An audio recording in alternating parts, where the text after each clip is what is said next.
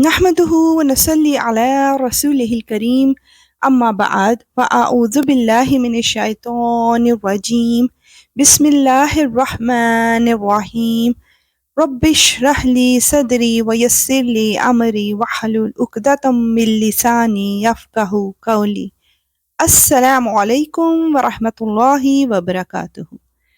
تو آئیے دیکھتے ہیں کہ آج اللہ سبحانہ و تعالیٰ سے ہماری کیا کیا باتیں ہوتی ہیں۔ سورہ انبیاء کی آیت 48 to 50 میں اللہ سبحانہ و تعالیٰ ہمیں بتا رہا ہے کہ اس کی کتابوں سے کون کون فیض پاتے ہیں۔ اور ہم نے موسیٰ علیہ السلام اور ہارون علیہ السلام کو حق و باطل کا ایک معیار، ہدایت کی ایک روشنی اور ان متقی لوگوں کے لیے نصیحت کا سامان عطا کیا تھا، جو دیکھے بغیر اپنے پروردگار سے ڈریں اور جن کو قیامت کی گھڑی کا خوف لگا ہوا ہو۔ اور اب یہ قرآن برکتوں والا پیغام نصیحت ہے جو ہم نے نازل کیا ہے، کیا پھر بھی تم اسے ماننے سے انکار کرتے ہو؟ اے اللہ، اس کتاب قرآن پاک میں سے ہماری زبانیں جو پڑھتی ہیں، اس میں ہمیں تفکر، تدبر اور اس کی سمجھ عطا فرما۔ نیکسٹ 2 آیات میں واضح کیا جا رہا ہے کہ حقیقی رب کون ہے، اور اس سے پہلے ہم نے ابراہیم علیہ السلام کو وہ سمجھ بوجھ عطا کی تھی جو ان کے لائق تھی، اور ہم انہیں خوب جانتے تھے۔ وہ وقت یاد کرو جب انہوں نے یعنی حضرت ابراہیم علیہ السلام نے اپنے باپ اور اپنی قوم سے کہا تھا کہ یہ کیا مورتیں ہیں جن کے آگے تم دھرنا دیے بیٹھے ہو۔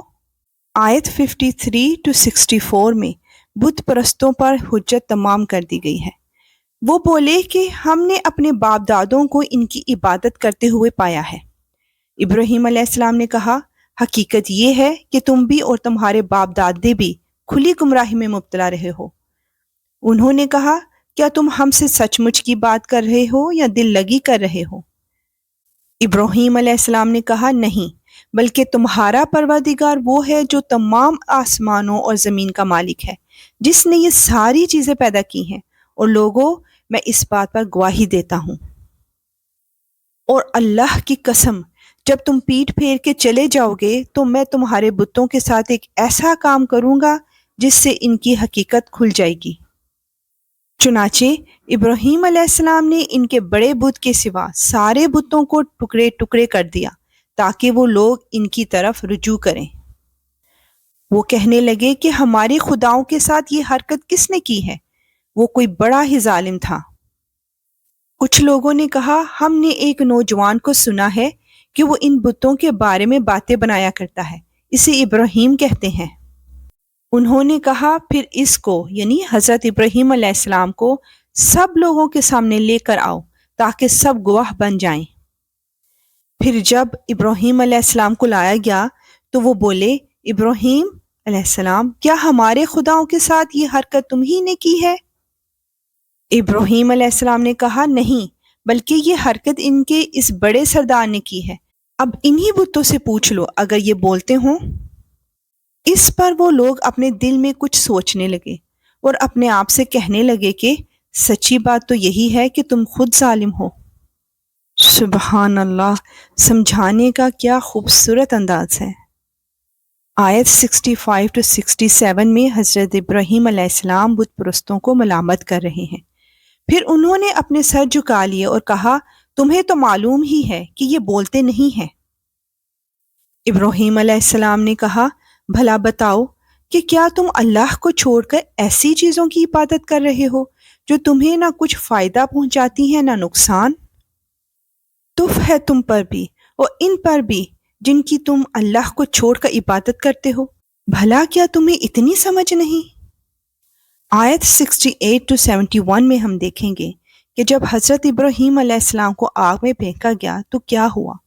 وہ ایک دوسرے سے کہنے لگے، آگ میں جلا دو اس شخص کو اور اپنے خداؤں کی مدد کرو اگر تم میں کچھ کرنے کا دم خم ہے۔ چنانچہ انہوں نے ابراہیم علیہ السلام کو آگ میں ڈال دیا اور ہم نے کہا، اے آگ ٹھنڈی ہو جا اور ابراہیم علیہ السلام کے لیے سلامتی بن جا۔ ان لوگوں نے ابراہیم علیہ السلام کے لیے برائی کا منصوبہ بنایا تھا، مگر نتیجہ یہ ہوا کہ ہم نے انہی کو بری طرح ناکام کر دیا۔ سبحان اللہ۔ اور ہم انہیں اور لوط کو بچا کر اس سرزمین کی طرف لے گئے جس میں ہم نے دنیا جہاں کے لوگوں کے لیے برکتیں رکھی ہیں۔ سبحان اللہ۔ یا رب العالمین، تو ہمیں سلامتی کے ساتھ حق کو حق دکھا اور آسانی سے اس پر چلنے کی توفیق عطا فرما، اور سلامتی کے ساتھ باطل کو باطل دکھا اور آسانی سے اس سے بچنے کی توفیق عطا فرما۔ آمین یا رب العالمین۔ انشاءاللہ ملیں گے نیکسٹ آیات کے ساتھ۔ اب اجازت، وآخر دعوانا ان الحمد للہ رب العالمین۔ سبحانک اللہم وبحمدک، اشہد ان لا الہ الا انت، استغفرک واتوب الیک۔ السلام علیکم ورحمۃ اللہ وبرکاتہ۔